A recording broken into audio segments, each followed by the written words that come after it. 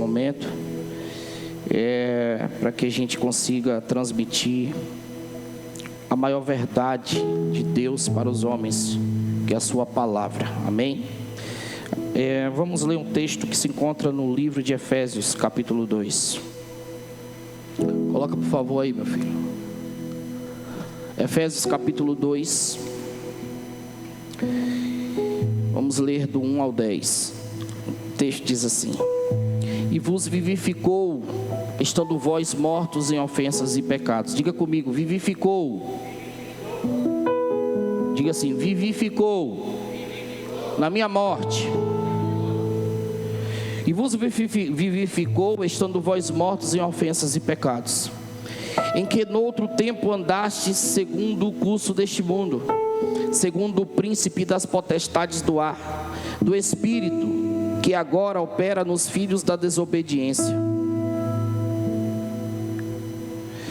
entre os quais todos nós também antes andávamos nos desejos da nossa carne, fazendo a vontade da carne e dos pensamentos, e éramos por natureza filhos da ira, como os outros também. Mas Deus, diga assim, Deus, que é riquíssimo em misericórdia, pelo seu muito amor com que nos amou, estando nós ainda mortos em nossas ofensas, nos vivificou juntamente com Cristo. Diga assim, pela graça eu sou salvo. E nos ressuscitou juntamente com Ele, e nos fez assentar nos lugares celestiais em Cristo Jesus, para mostrar nos séculos vindouros as abundantes riquezas da sua graça. Diga comigo, a graça é rica. Não fala forte, a graça é rica, pela sua benignidade para conosco em Cristo Jesus, porque pela graça sois salvos. Diga comigo, pela graça sois salvos, por meio da fé. E isso não vem de vós, é dom de Deus. Mais uma vez, porque pela graça sois salvos, por meio da fé. E isto não vem de vós, é dom de Deus.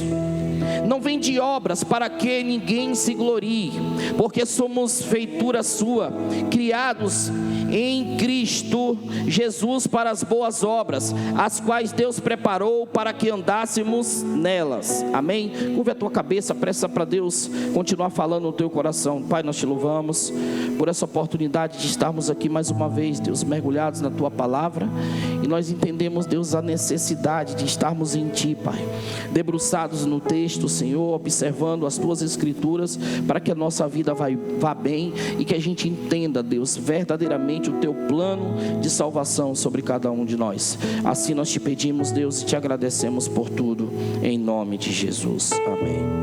Tem um hino muito bonito que diz assim: eu não consigo ser reconhecido por ninguém. Não é consigo não, não preciso. Eu não preciso ser reconhecido por ninguém.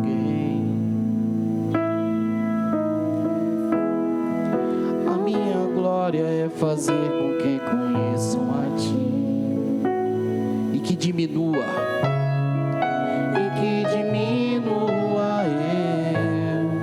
para que tu cresças, Senhor, mais e mais. Como serafins que cobre o rosto ante a ti. Escondo o rosto para que vejam tua face em mim. Assim, macio. E que diminua eu, para que tu cresças, Senhor, mais e mais, mais e mais no santo. Tua fumaça me esconde, só teus olhos me veem. Debaixo de tuas asas é o meu abrigo, meu lugar secreto. Só tua graça me basta, e tua presença é o meu prazer. No santo dos Santo, tua fumaça me esconde, só teus olhos me vê. Debaixo de suas asas é o meu abrigo, meu lugar secreto. Só tua graça me basta e tua presença é o meu prazer. Você pode dar um aleluia. Você pode dar um aleluia. Sola gratia, diga comigo, sola gratia. Somente a graça. A salvação, irmãos, ela vem exatamente da graça. A palavra graça fala exatamente sobre favor e merecido. Diga comigo, favor e merecido. É sobre alguém que não merece e recebe. A graça, a verdade dela não se baseia em meritocracia. Diga comigo, a graça não é prêmio. Então, se ela não é prêmio, não é sobre o que eu faço, não é sobre o que eu corro, é sobre o que Deus decide fazer por mim. Se ela não é prêmio, não é sobre as minhas obras, não é sobre o que eu faço, não é sobre o que eu produzo, não é sobre uma perspectiva onde eu realizo, não é sobre o que Deus decide fazer em mim e sobre a minha vida. Essa palavra graça, ela tem sido barateada nesse tempo que nós estamos vivendo. Pergunta para mim, como assim? A verdade é que a graça barata, irmãos, ela perdoa, mas não transforma. Esse barateamento da graça fala exatamente sobre essa graça, que eu sou perdoado, mas eu não me transformo diante do perdão que foi liberado sobre a minha vida. É como se nós estivéssemos nesse tempo brincando com essa graça. A reforma de Martinho Lutero, ela veio exatamente para combater o legalismo medieval. Diga comigo, legalismo medieval. E o que é esse legalismo medieval? Ele fala exatamente sobre atos de justiça. Fala exatamente sobre aquilo que eu faço para produzir uma graça que não é produzida pelo que eu faço. Para Martinho Lutero, Bessa, o que ele fazia é que ia trazer sobre ele a graça de Deus em sua vida. É por isso que ele jejuava, é por isso que ele sacrificava, é por isso que ele fazia penitência, é por isso que ele criava indulgência para ele mesmo, sabe? Porque ele achava que através daquilo que ele estava produzindo, mas a graça não fala disso. A graça não fala sobre o que eu produzo, mas fala sobre um Deus que resolveu produzir algo na minha vida, independente de quem eu seja e de como eu estou. Atos de justiça. Eu faço para ser reconhecido, eu faço para ser achado, eu faço porque eu preciso ser encontrado, mas a graça não fala sobre isso. A graça fala exatamente, Adson, sobre alguém que Deus resolveu encontrar. Independente do estado que esteja, eu não sei como é que você foi encontrado, eu não sei como é que você foi achado por Ele. Eu gosto do termo que Moreno usa, que Moreno diz: não foi eu que aceitei a Ele, mas foi Ele que me aceitou do jeito que eu estava, no mundo pecaminoso, todo sujo, todo imundo. Ele olhou para mim e disse assim: eu vou te limpar, eu vou te transformar, eu vou mudar a história da tua vida, eu vou te fazer sentar entre os príncipes e vou te dar uma veste nova. Então não é sobre aquilo que alguém julga, alguém ser merecedor ou não dela. A propósito, coloca um texto, por favor, que se encontra no Evangelho, segundo escreveu Lucas, capítulo 10, versículo 30. Nós vamos entender o que é essa graça. Alguém pega o microfone aqui e me ajuda, por favor.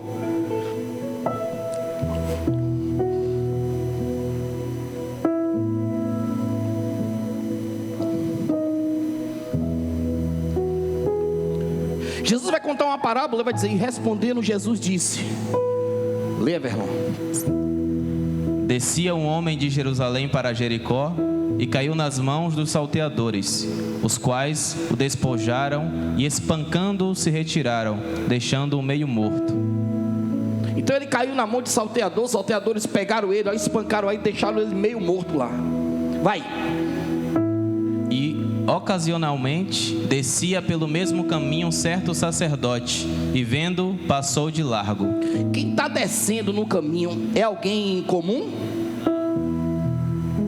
É alguém que alguém esperava desse alguém, no mínimo alguma coisa, no mínimo uma resposta. Mas você sabe o que acontece com esse alguém que olha alguém que está necessitado de alguém e deixa esse alguém que está necessitado de alguém no chão? Porque o legalismo está falando mais alto. Está sujo, eu não pego. Está imundo, eu não pego. Está cheio de pecado, eu não toco.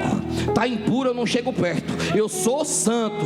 Essa mania, dessa grandeza de santidade, sabe, que habita em alguns corações, que não pode encostar naquele que é pecador, naquele que está precisando de misericórdia. É por isso que passa de largo. Observe que o texto vai dizer: ocasionalmente descia pelo mesmo caminho certo sacerdote, e vendo-o, passou de largo. Aquela pessoa que estava ali, é como se ela não existisse para aquele que ia passando. E não somente isso, leia.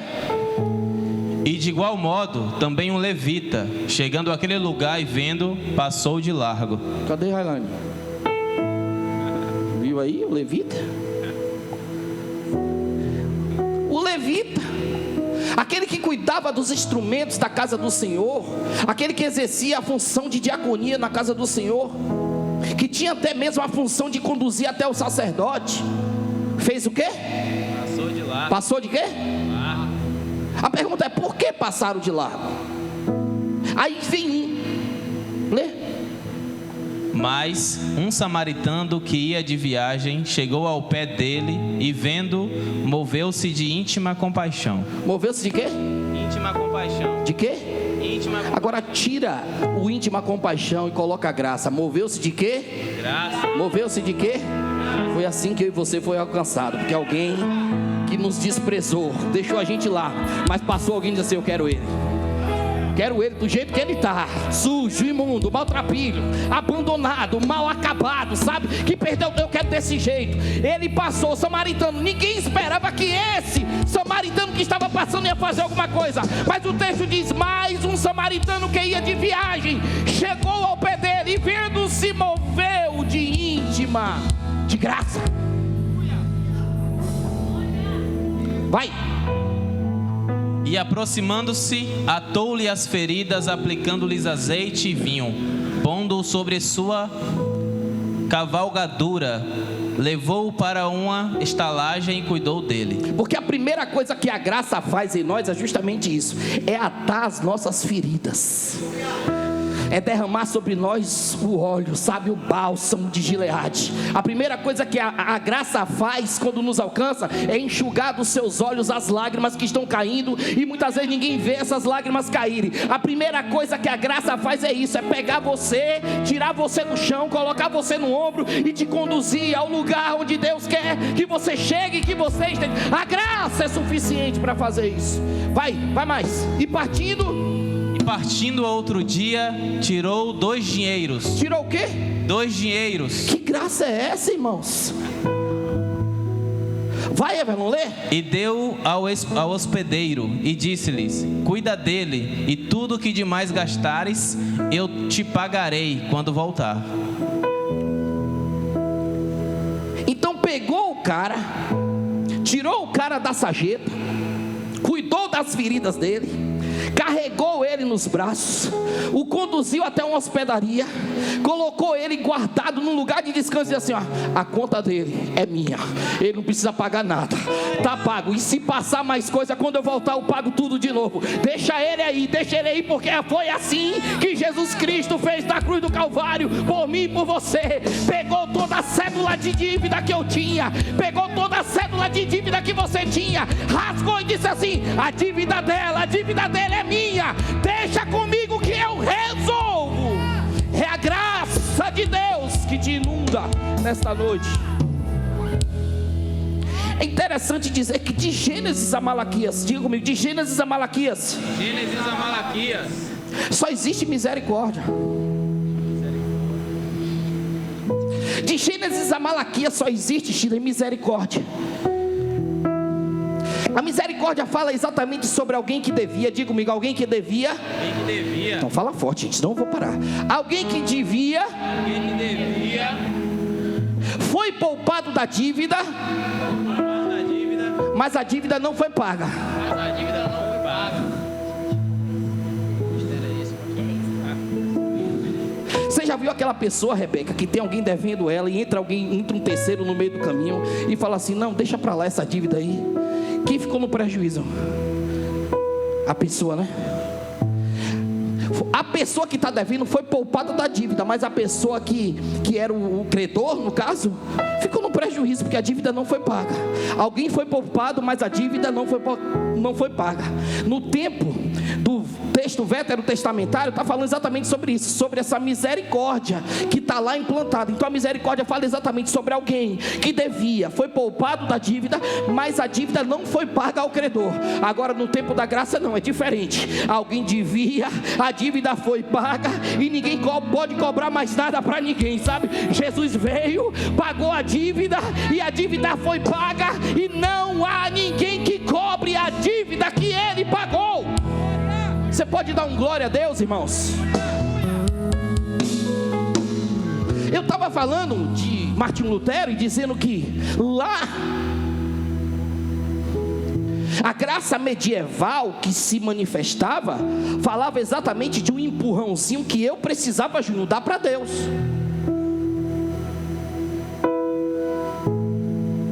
Como é que é esse empurrãozinho que eu preciso dar para Deus? Fala exatamente sobre que aquilo que eu dou a Deus, Ele vai manifestar a graça dele sobre mim.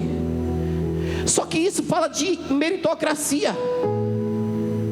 E o texto que nós lemos aqui, ele combate justamente isso. Ele diz assim, ó: porque pela graça sois salvos, por meio da fé. Isso não vem de vós, não tem nada a ver com o que você faz, mas é dom de Deus, é manifestação de Deus. Está dizendo aqui no versículo 9: não vem das obras, para que ninguém se glorie. Já pensou, irmão, se nós fôssemos receber a graça de Deus mediante aquilo que a gente faz, o quanto a soberba não ia existir no nosso meio. Se nós não recebemos pelo que a gente faz, já tem soberba em alguns lugares. Alguém já se sente melhor do que o outro, alguém já se sente mais santo que o outro. Imagine se a gente vivesse assim. Mas não é sobre isso, é sobre um Deus que está no céu. Olha para alguém que está na terra: miserável homem que sou, como Paulo disse, e assim: eu vou abençoar ele, eu vou abençoar ela, eu vou abençoar ele, eu vou abençoar ela. Por quê? Não sei por quê. Porque eu gerei, eu formei e eu abençoarei. É por isso que em ambientes religiosos alguém se embaraça com alguém.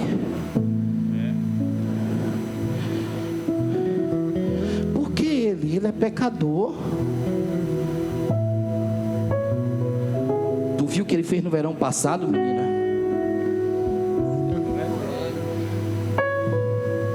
No ambiente religioso tem aqueles que contam um tempo de aposentadoria dentro da igreja. Eu tenho 30 anos de crente, nunca tive uma oportunidade dessa, ela chegou agora.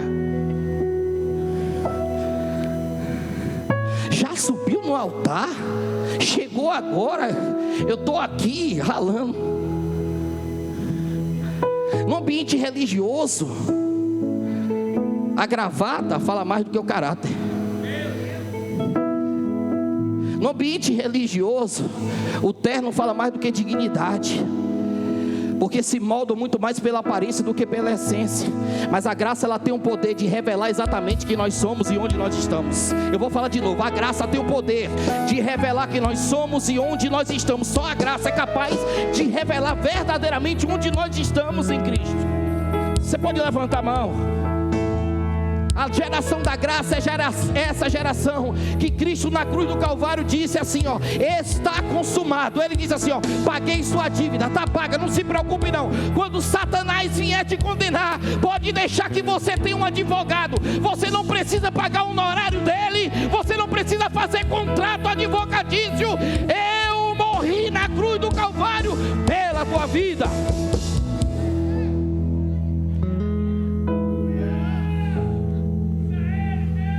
Está usando.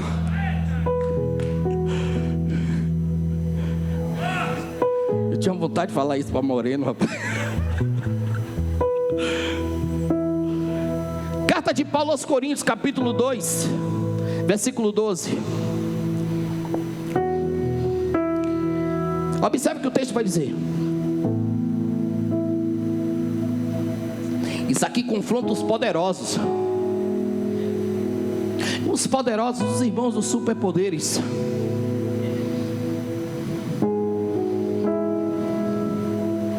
Que tem gente que nunca admite que está fraquinho.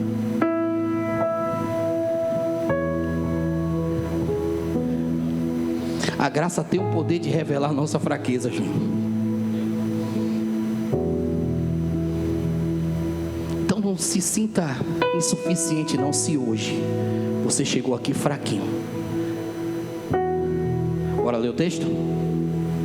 Mas nós não recebemos o Espírito do mundo, mas o Espírito que provém de Deus, para que pudéssemos conhecer o que nos é dado gratuitamente por Deus. Conhecer o que nos é dado gratuitamente por Deus. Eu falei 9, filho. 9 ao 12, 9 e 10. Mas como está escrito, as coisas que o olho não viu. É a segunda carta de Paulo aos Coríntios. Você está na primeira carta. Dá uma salva de palmas para ele, gente. Eu falei primeira carta? Eu vou olhar na live. Falei, gente, primeira? Me perdoe se eu errei. E para isso vos escrevi também, para pôr essa prova, saber se dois obedientes em tudo. Não, filho, é 12. 2 Coríntios 12, 9. Isso, agora sim, aplauda Jesus. E disse-me, eu estou lendo um negócio, falei, rapaz, será que eu copiei errado? Não, pelo amor de Deus, Jesus, que pegadinha é essa, velho? E disse-me, a minha graça te basta, porque o meu poder se aperfeiçoa na fraqueza. De boa vontade, pois, me gloriei aonde? Nas minhas? Me gloriei nas minhas fraquezas, para que em mim habite o poder de Cristo. Vai no 10. Pelo que sinto prazer nas fraquezas. Sinto prazer aonde? Nas fraquezas. Nas injúrias, nas necessidades, nas perseguições, nas angústias, por amor de Cristo. Porque quando eu estou fraco, então sou. Quando eu estou fraco, então sou. Só os fracos, levanta a mão nessa noite. Só os fracos. Você não é fraco, você é forte em Cristo Jesus, porque o poder de Deus se aperfeiçoa em meio à sua fraqueza. Bota na mão de alguém no alto aqui dizendo assim, ó, você está forte, rapaz. Essa fraqueza é só impressão. O Senhor habita na tua vida, o Espírito de Deus habita na tua vida, e você é mais do que vencedor em Cristo Jesus.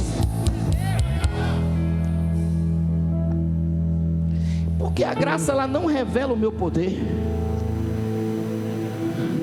Ao contrário, a graça revela a minha fraqueza. Meu Deus.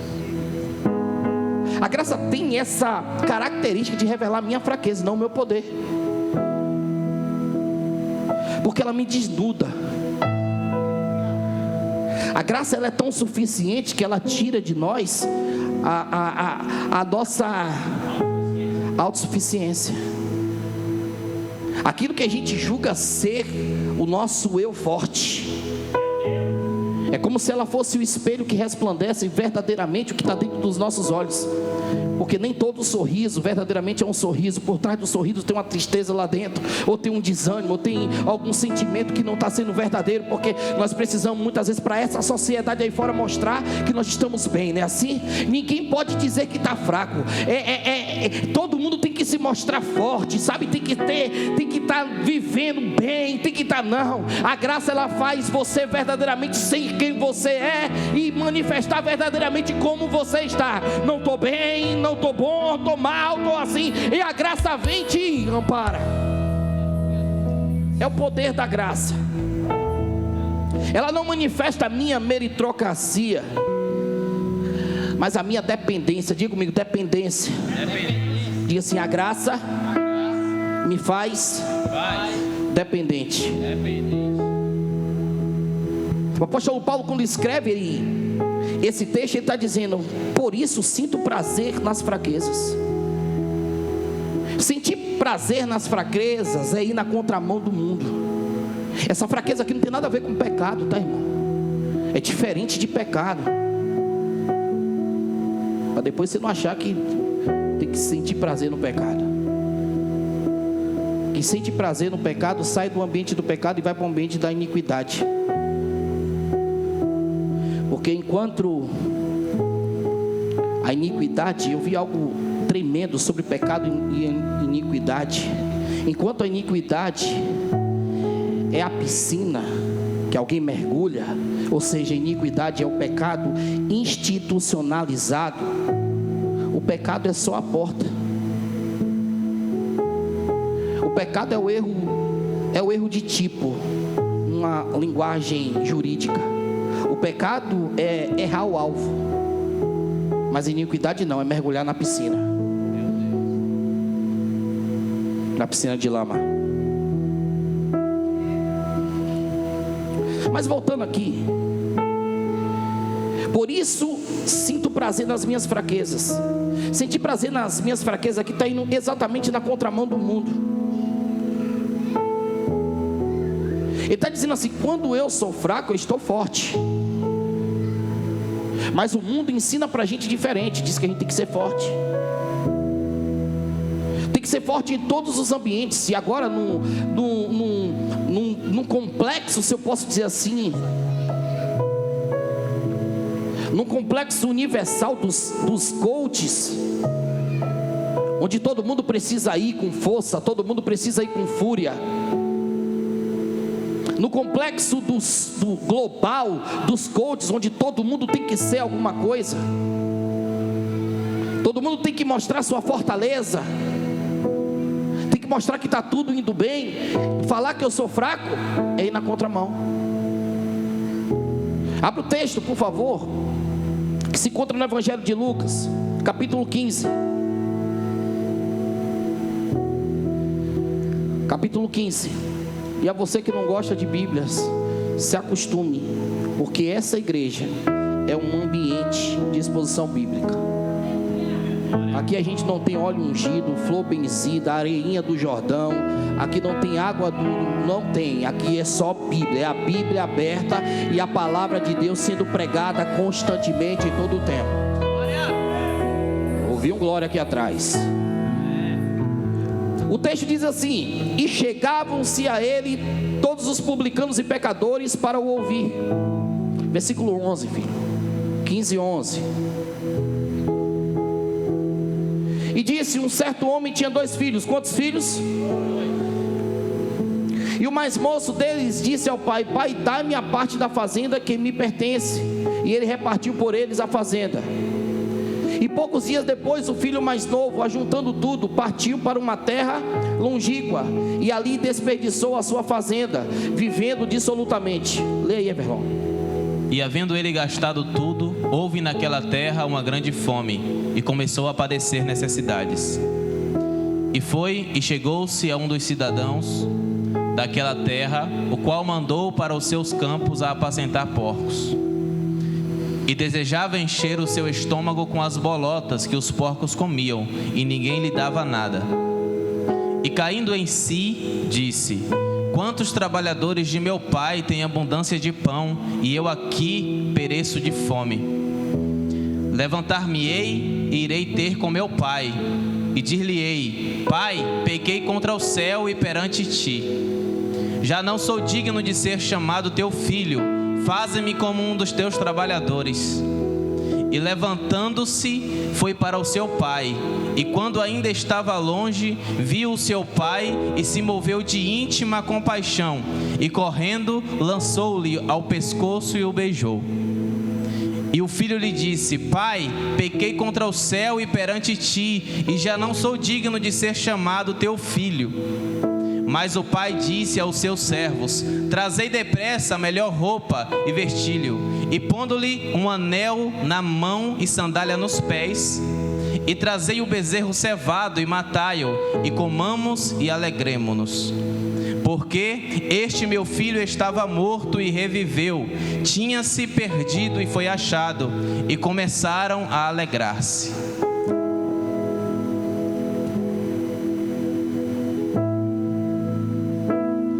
E o seu filho mais velho estava no campo, e quando veio e chegou perto da casa, ouviu a música e as danças. E chamando um dos seus servos, perguntou-lhe o que era aquilo.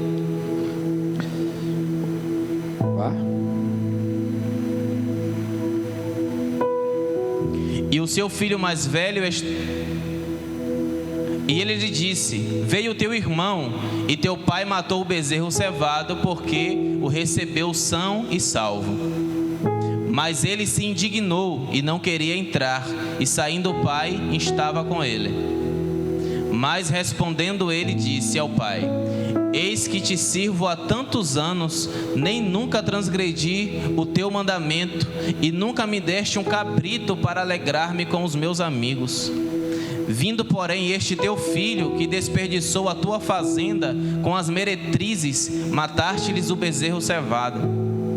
E ele lhe disse: filho, tu sempre estás comigo, e todas as minhas coisas são tuas.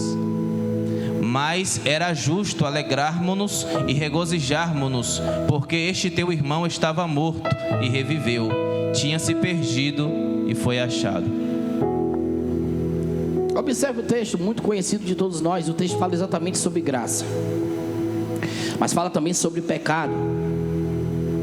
O versículo 12, coloca aí por favor.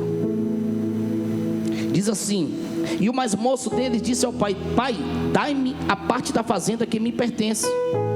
E ele repartiu por quem? Por eles. Por quem? Por eles. Então o pai pegou e deu para os dois.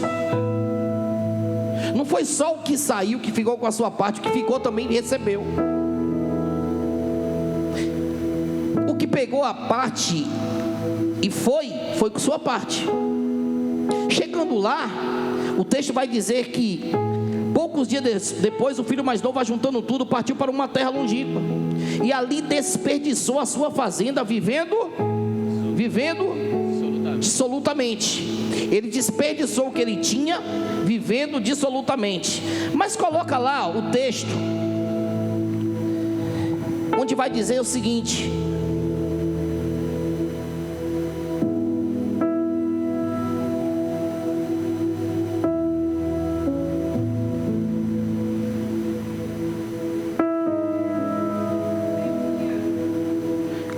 cadê Everton? A parte que fala aqui que ele gastou com prostituta.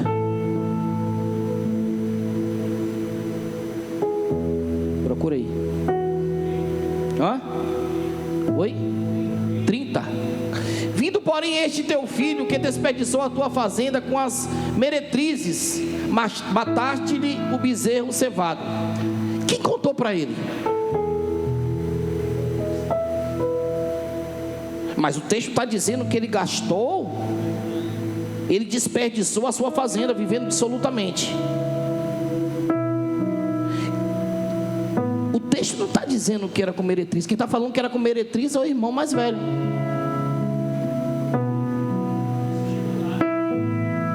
Porque todo religioso faz isso, irmãos. Coloca logo um pecado sobre alguém que nem existe.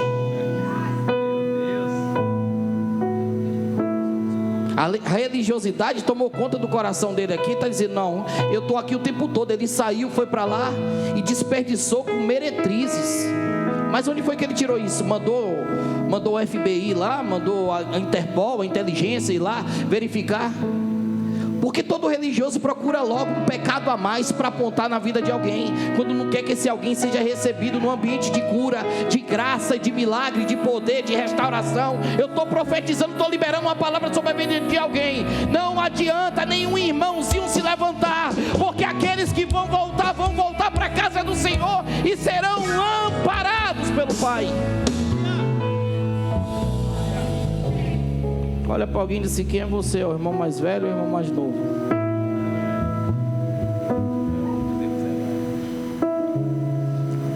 Porque ele até que foi, gastou tudo.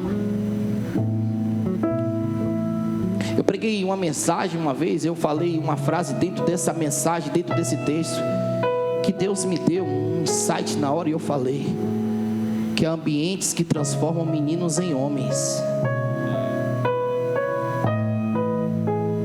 Esse moço que foi como um menino, mas voltou como um homem. Pergunta para mim por quê?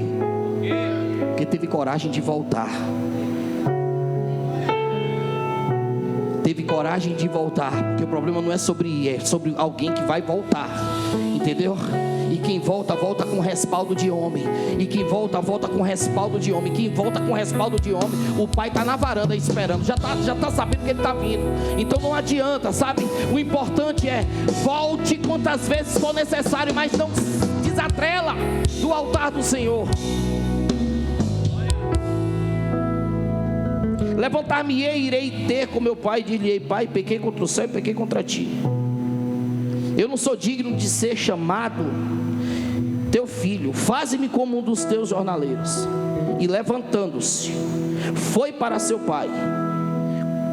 E quando ainda estava longe, viu o seu pai, e se moveu de íntima compaixão, e correndo lançou-lhe ao pescoço e o beijou. O pai foi ao encontro dele. É assim que a graça faz, quando eu resolvo levantar. A graça que alcança os caídos, como alcançou aquele homem no meio do caminho, alcança também os que se levantam para voltar. Então eu tenho uma alternativa hoje. A diferença de quem fica prostrado é que você vai esperar sempre alguém passar. Mas quem resolve se levantar, vai ao encontro de alguém, alguém te encontra no meio do caminho. Então eu tenho uma alternativa hoje. Eu tenho duas opções: ou eu continuo prostrado, arrebentado, dilacerado, esbagaçado, machucado, ferido, magoado, ou eu fico nesse estado, nessa condição, e aí eu vou depender de alguém que esteja passando, que tem um coração alinhado com a graça, para essa pessoa estender a mão para mim, me levantar, me pegar, me colocar no ombro e me conduzir até o lugar. Ou eu fico assim, ou eu me levanto. E quando eu me levanto, eu que decido ir. E quando eu decido ir, no meio do caminho, meu pai vem, me encontra, me beija, me abraça, manda preparar uma festa. Tem anel novo, tem sandália nova, tem roupas, tem veste nova, e tem festa na casa. É sobre isso.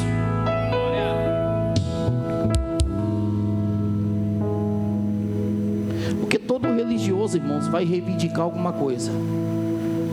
O que esse menino mais velho fez foi justamente isso. Reivindicou os seus direitos. Talvez a chateação dele é porque o que o pai usou para fazer para o filho não era mais do pai.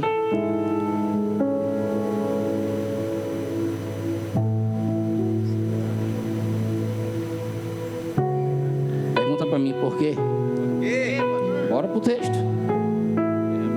Versículo 12. Lê aí, velho. E o mais moço deles disse ao pai: Pai, dai-me a parte da fazenda que me pertence. E ele repartiu por eles a fazenda. O pai não tem mais nada.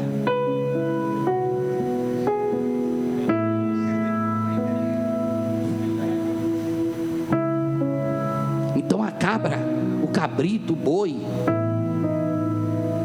que o pai mandou preparar para a festa, não era mais do pai, era dele. Porque, não sei se eu falo não, religioso não reparte o que tem.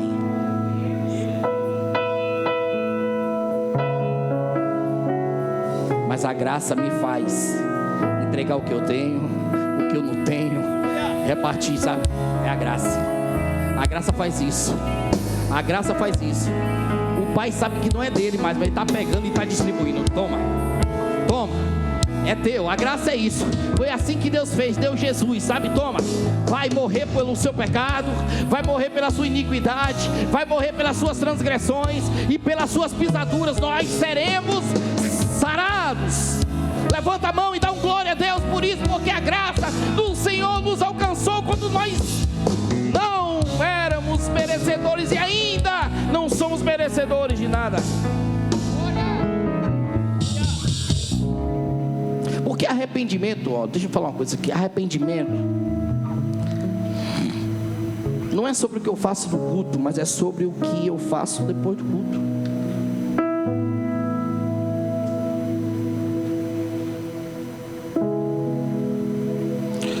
É muito fácil, irmão, num ambiente como esse, a gente ficar tão melancólico que a gente acha que se arrependeu de alguma coisa. Nós precisamos ter muito cuidado com a graça. Apesar dela não necessitar da minha ajuda, ela precisa se manifestar dentro de um ambiente de verdade.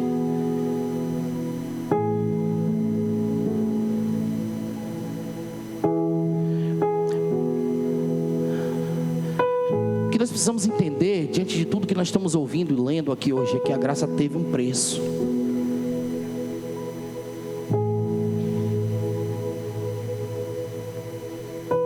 Hoje, quando eu estava estudando sobre essa graça, eu fiquei tão constrangido que eu falei assim: meu Deus,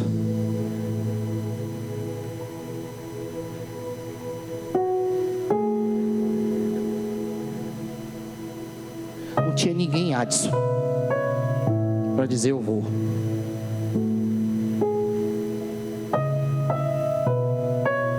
Ninguém queria ser meu fiador.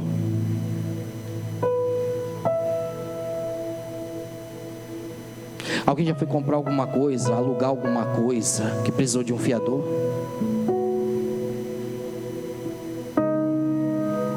Você já percebeu quanto é difícil a gente encontrar um fiador para tomar um empréstimo? Né, Dan? Um fiador para a gente conseguir comprar uma casa. Quantos critérios esse fiador precisa ter? Nome limpo, precisa ter bens, precisa ter o calção, precisa ter um bocado de coisa.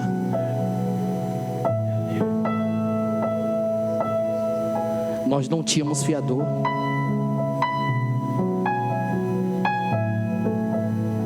Jesus disse: eu vou. E vai pagar com o quê? Com sangue. Vai pagar com o quê? Com a vida. Eu dou minha vida por Júnior, eu dou minha vida por Isabelle, eu dou minha vida por John, eu dou minha vida por Bessa, eu dou minha vida por Moreno, eu dou quantas vezes for necessário, eu dou, darei, eu dou minha vida por, eu dou minha vida, é o que eu tenho de mais precioso, eu dou, mas eu vou financiar, eu vou, sabe, validar, eu vou.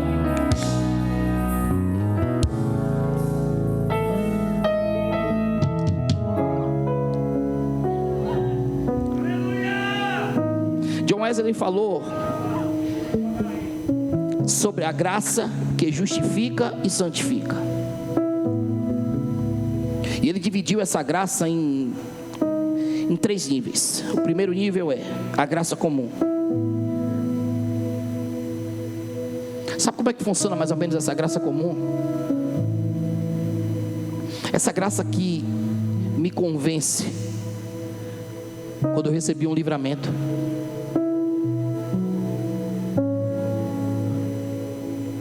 A graça comum fala sobre essa graça que eu estou andando na rua e quase que o carro me pega.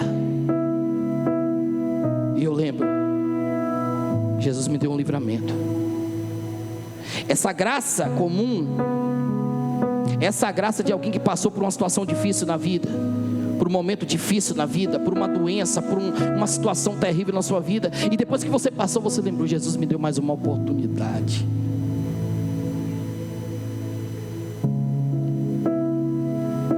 Quantas vezes essa graça comum me alcançou, irmão?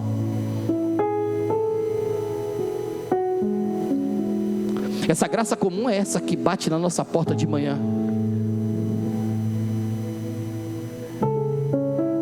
E a gente pensa, você poderia ter dado tudo errado na minha vida. A graça comum fala de mais uma chance. Em meio ao caos que eu vivi. É aquele relacionamento que não deu certo e Deus me deu mais uma oportunidade.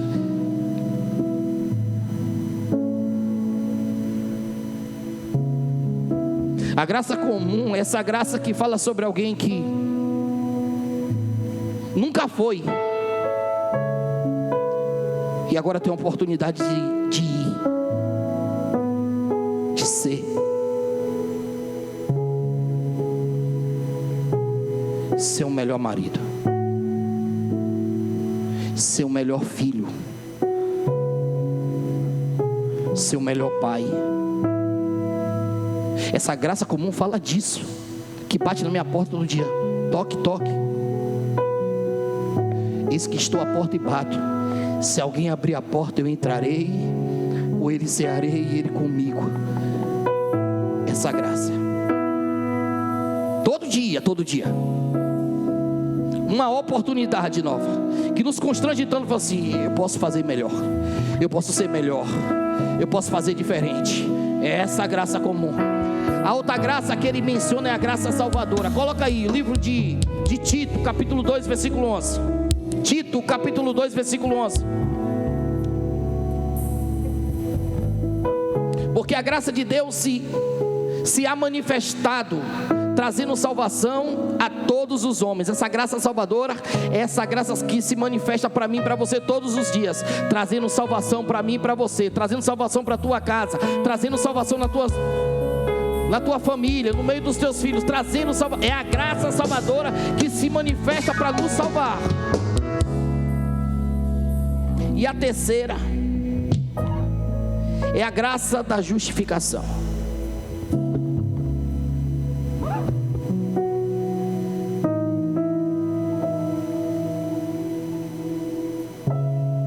Coloca por favor o texto de Romanos capítulo 3, versículo 21 ao 23.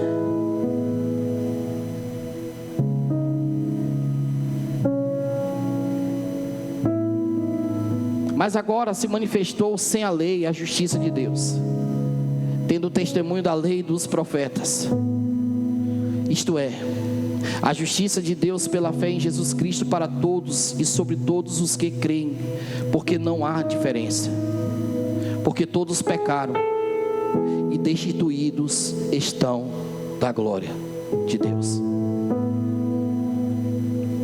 É o ato, irmãos, de isentar o culpado. Essa graça da justificação não muda o meu status de pecador, mas me justifica, porque todos pecaram e destituídos.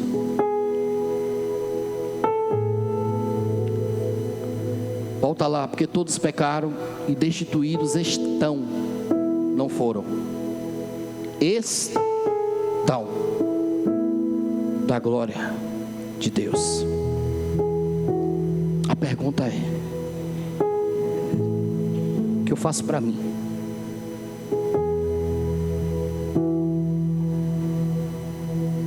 Se não fosse a graça de Deus, Tati, na minha vida, onde eu estaria agora?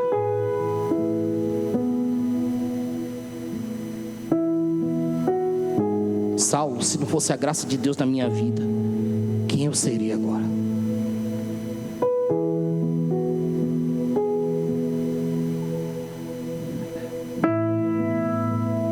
Porque a graça não fala de merecimento, Evelon.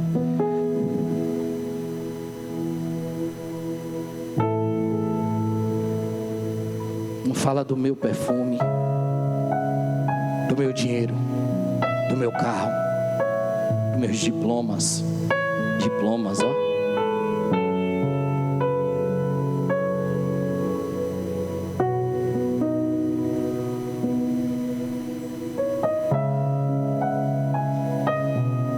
A graça é o espelho que mostra para nós os nossos defeitos, gente. Paulo disse: Márcia, o bem que eu quero fazer eu não faço. Eu até tenho intenção de fazer, mas não consigo. A graça revela essa natureza pecaminosa nossa.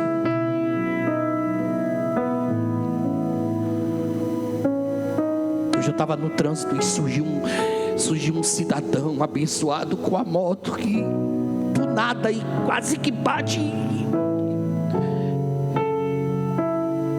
Ele olhou para mim e me xingou, fez assim. A mim deu uma vontade de o bem que eu quero fazer.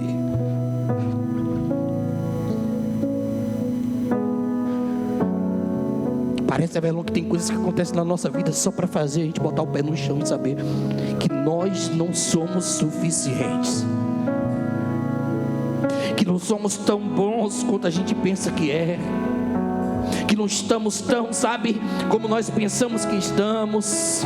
Tem coisas que Deus permite que aconteçam na nossa vida para justamente revelar o quanto eu sou fraco, o quanto eu estou fraco e o quanto eu sou dependente dele, que se ele não segurar na minha mão, eu não vou conseguir me sustentar. É sobre isso, irmãos. A graça, ela veio para justamente tapar essas lacunas e esses buracos que eu tenho na minha vida, de falhas, sabe, de deficiências que eu tenho e que eu sou. Não é sobre alguém que é melhor, não é sobre alguém que é pior, mas é sobre alguém, Júnior, que Deus colocou o olho e disse assim: ó, independente de como você seja, eu quero você para mim, eu quero você perto de mim. Eu aprendi a lhe amar do jeito que você é, com todos esses seus defeitinhos que tem, eu vou lhe ajustando, lhe moldando, é a graça. Fica de pé, por favor, em nome de Jesus.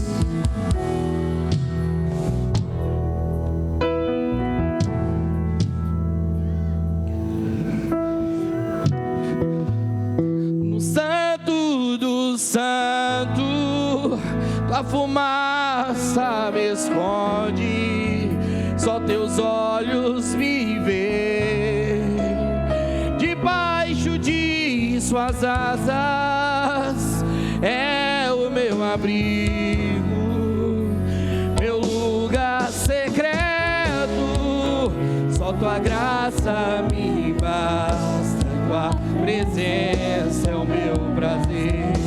No santo,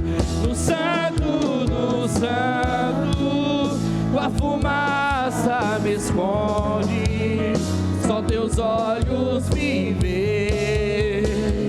Debaixo de tuas asas é o meu abrigo, meu lugar secreto, só tua graça me basta, e tua presença é o meu prazer.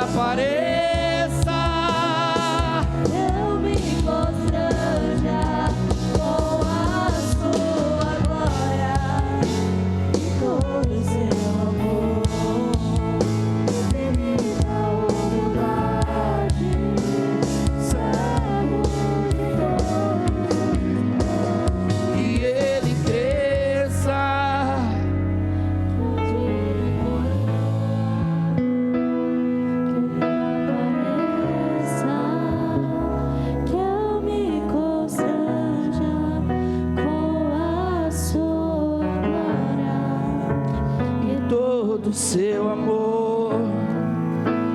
Infinita humildade, servo de todos os irmãos. Pessoas que chegaram aqui hoje,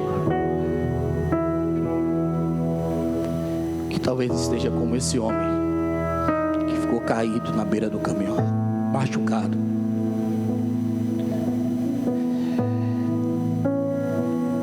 Tem pessoas aqui hoje que estão com feridas abertas.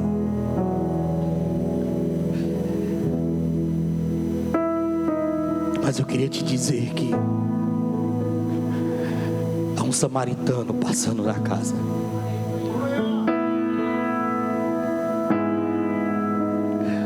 Eu sei que há momentos que você não consegue nem dar passos mais. Mas não é sobre os passos que você vai dar. Você nem precisa dar mais esses passos. Porque Deus já liberou alguém para te pegar no colo hoje.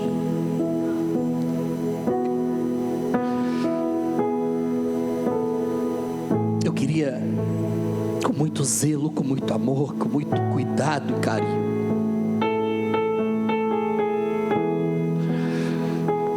te convidar a você manifestar essa dependência. A dependência desse colo. E eu não estou aqui romantizando nenhuma mensagem, mas não tem como pregar e falar sobre graça sem falar sobre colo. Porque o colo fala sobre um filho que pede o pai para carregar nos braços, Moreno, porque não sabe andar ou porque está cansado.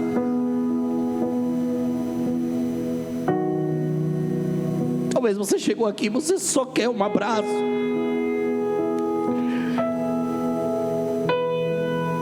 Talvez você chegou aqui hoje e você só quer esse colo, porque você não está conseguindo se levantar diante das dores que você está sentindo.